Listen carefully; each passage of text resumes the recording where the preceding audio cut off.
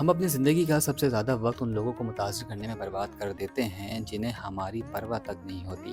ہم چاہتے ہیں کہ ہر بندہ ہمیں اچھا سمجھے، ہماری تعریف کرے اور ہمیں ویسے ہی دیکھے جیسے ہم خود کو دیکھتے ہیں، لیکن حقیقت میں ایسا کبھی نہیں ہوتا۔ ہر انسان کا اپنا ایک ذہنی لیول اور اپنی سوچ ہوتی ہے، اور وہ آپ کو صرف اسی حد تک سمجھ پائے گا جتنی اس کی اپنی سمجھ ہے۔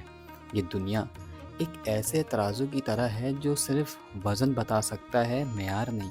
یعنی یہ آپ کا بینک بیلنس، آپ کی گاڑی، آپ کا عہدہ اور آپ کا ظاہری ٹھاٹ باٹ تو دیکھ سکتی ہے، لیکن آپ کا معیار کبھی نہیں ناپ سکتی۔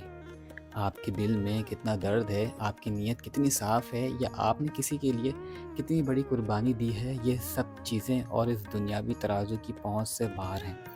لوگ آپ کی قیمت اپنے فائدے کی بنیاد پر لگائیں گے، آپ کے کردار کی بنیاد پر نہیں۔ اسی لیے دوسروں کے پیمانوں پر پورا اترنے کی کوشش چھوڑ دیں۔